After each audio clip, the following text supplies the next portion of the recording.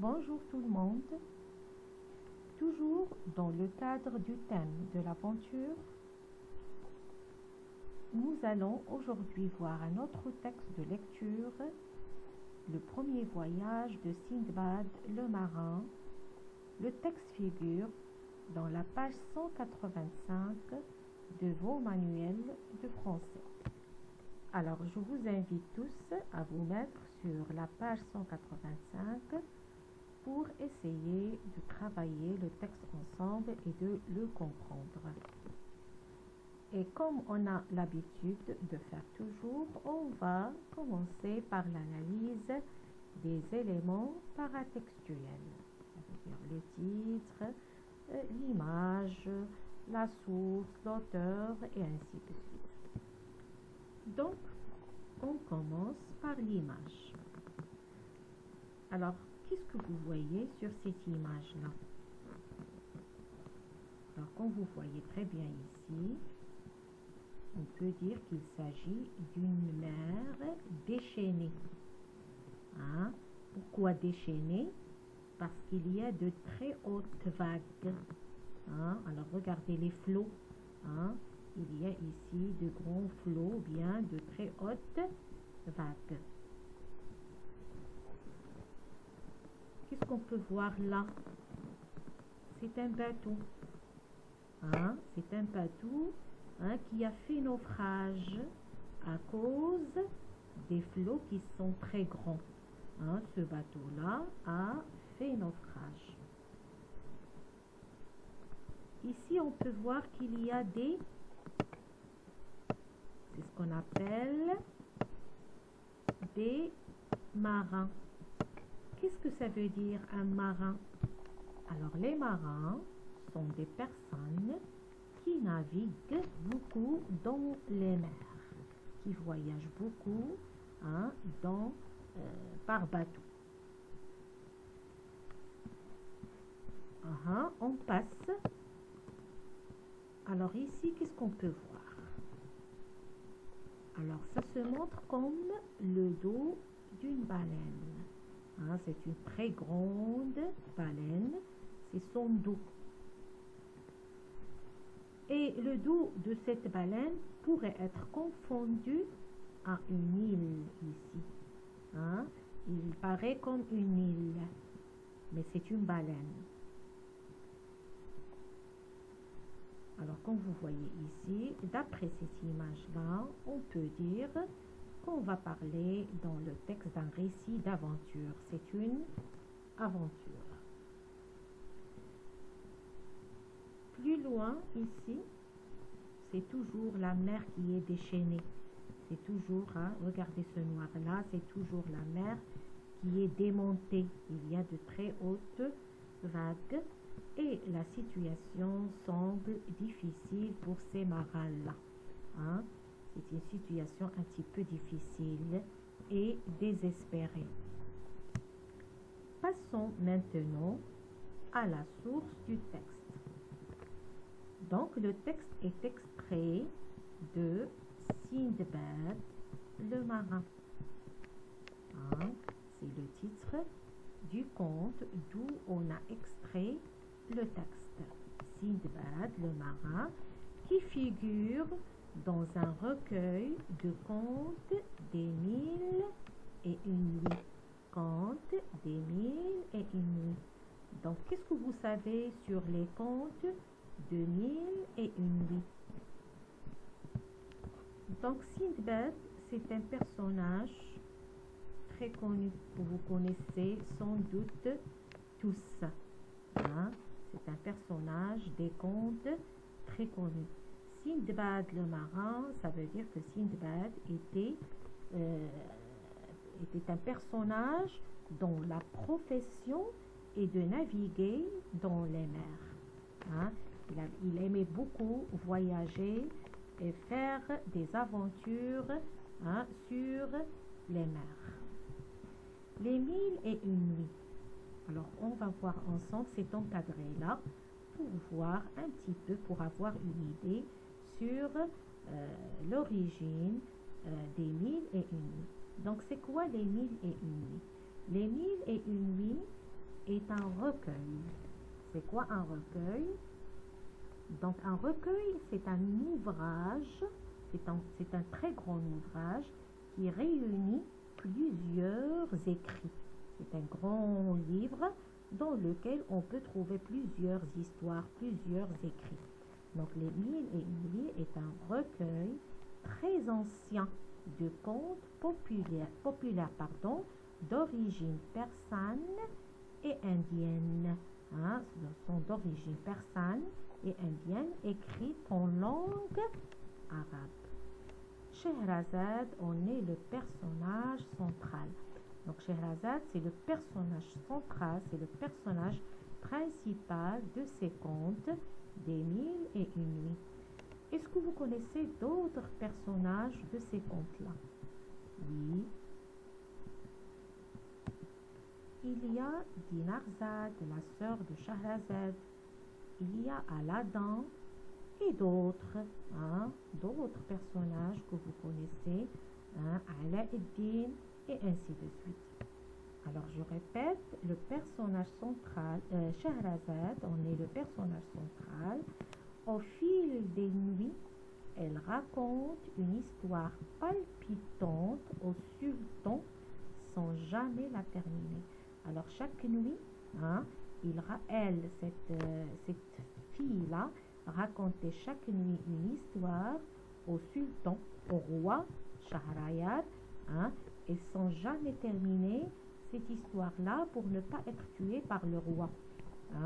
Parce que ce roi-là voulait se venger de toutes les femmes parce qu'il était trahi par sa femme. Une histoire palpitante. Qu'est-ce que ça veut dire palpitante? Donc une histoire palpitante, c'est une histoire qui touche les sentiments émotionnels, qui attire l'intérêt des personnes qui l'entendent. Alors les 7 voyages de Sindbad le marin font partie de ces contes-là. Donc le voyage de Sindbad fait partie de ces contes-là, ça veut dire les contes des Mille et Une Nuits. Passons maintenant au titre. Le premier voyage de Sindbad le marin, puisqu'on a dit qu'il y a les 7 voyages de Sindbad le marin, dans ce texte, on va voir son premier voyage. Donc le premier voyage, on va essayer de lire le texte pour savoir de quoi il s'agit. Donc je commence par le chapeau, donc Sindbad. Donc nous sommes toujours en train d'analyser les éléments paratextuels de ce texte-là. Donc le chapeau, Sindbad s'embarque avec plusieurs marchands sur un vaisseau équipé par leurs soins en direction des Indes. Il raconte. Donc, comme vous voyez ici, alors Sindbad fait un voyage avec plusieurs marchands. Marchands, ça veut dire commerçants qui font du commerce. Sur un vaisseau, il voyage sur un vaisseau, sur un navire équipé bien par leurs soins. En direction, où vont-ils? Ils vont aux Indes. Et ils racontent. Alors suivez-moi, je lis le texte. Dans le cours de notre navigation, nous abordâmes à plusieurs îles et nous y vendîmes ou échangeâmes nos marchandises. Un jour que nous étions à la voile, le calme nous prit vis-à-vis d'une petite île presque à fleur d'eau qui ressemblait à une prairie par sa verdure. Le capitaine fit plier les voiles et permis de prendre terre aux personnes de l'équipage qui voulurent y descendre. Je fus du nombre de ceux qui y débarquèrent. Mais dans le temps que nous nous divertissions à boire et à manger et à nous délasser de la fatigue de la mer, l'île trembla tout à coup et nous donna une rude secousse. On s'aperçut du tremblement de l'île dans le vaisseau, d'où l'on nous cria pria de nous rembarquer promptement, vite, que nous allions tous périr, tous mourir. Que ce que nous prenions pour une île était le dos d'une baleine. Les plus diligents se sauvèrent dans la chaloupe. D'autres se jetèrent à la nage. Pour moi, j'étais encore sur l'île, ou plutôt sur la baleine. Lorsqu'elle se plongea dans la mer, et je n'eus que le temps de me prendre à une pièce de bois qu'on avait apportée du vaisseau pour faire du feu.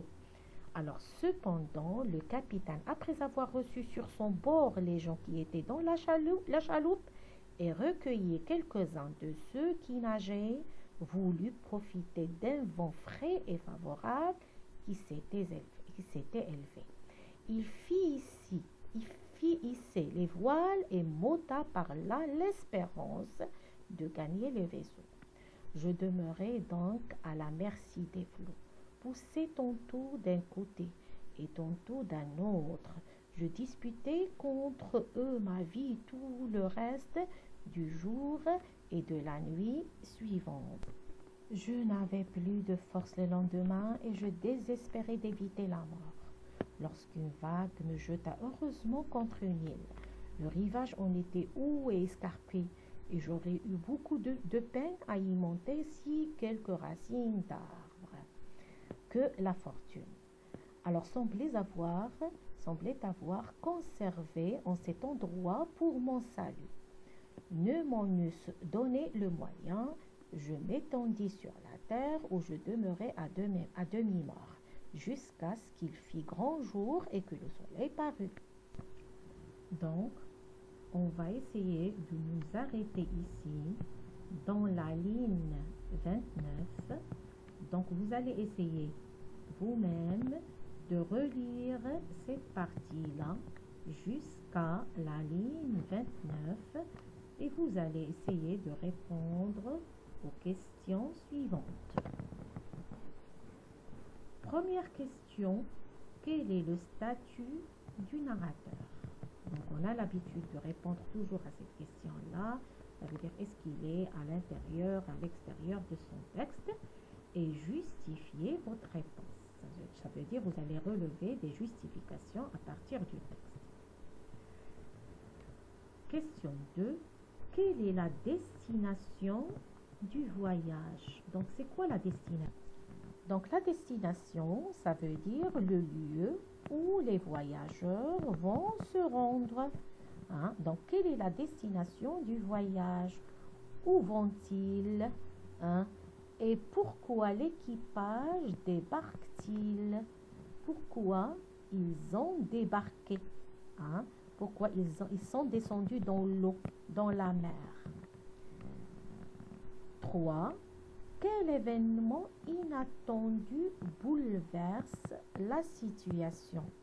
Alors, c'est quoi bouleverser? Ça veut dire change la situation, apporte des changements brutaux à la situation. D'accord? Quel est cet élément-là qui a changé, qui a bouleversé la situation? 4e question. Quel objet sauve le personnage du naufrage? Quel est l'objet qui sauve le personnage? Où se trouve-t-il? Alors, vous allez essayer de relire cette partie-là jusqu'à la ligne 29 et vous essayez aussi de répondre à ces questions qu'on va corriger, Inch'Allah, dans la séance prochaine. Alors, merci et à la séance prochaine, Inch'Allah.